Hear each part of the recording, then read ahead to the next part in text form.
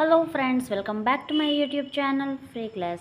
મિત્રો, આજે આપણે ધોરણ 4ની પ્રોજેક્ટ પ્રવૃત્તિ બુકનું સોલ્યુશન જોવાનું છે, જેમાં આપણે મારો પ્રોજેક્ટ પ્રવૃત્તિ કાર્ય પેજ નંબર 82 અને પેજ નંબર 83 જોવાના છે. પ્રોજેક્ટ પ્રવૃત્તિનું નામ આપેલું છે મારા રસોડાના અનાજ અને કઠોળ.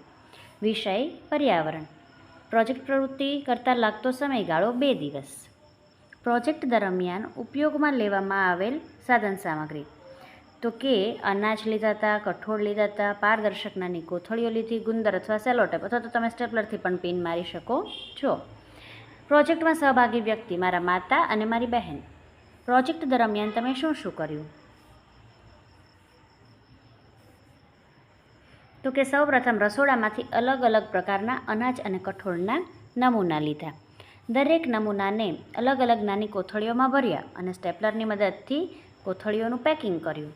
ત્યાર પછી કયા અનાજ છે અને કયા કઠોળ છે તે અલગ કાઢ્યા, તેનું વર્ગીકરણ કર્યું અને દરેક કોથળી પર તેના નામનું લેબલ લગાવ્યું અને તેને ચાર્ટ પેપર પર ચોંટાડ્યા.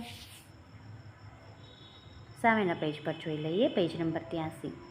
પ્રોજેક્ટ પૂર્ણ કર્યા પછી શું શું જાણવા મળ્યું? તો કે જેના 2 સરખા ભાગ થાય તેને કઠોળ કહેવાય, દ્વિદળી.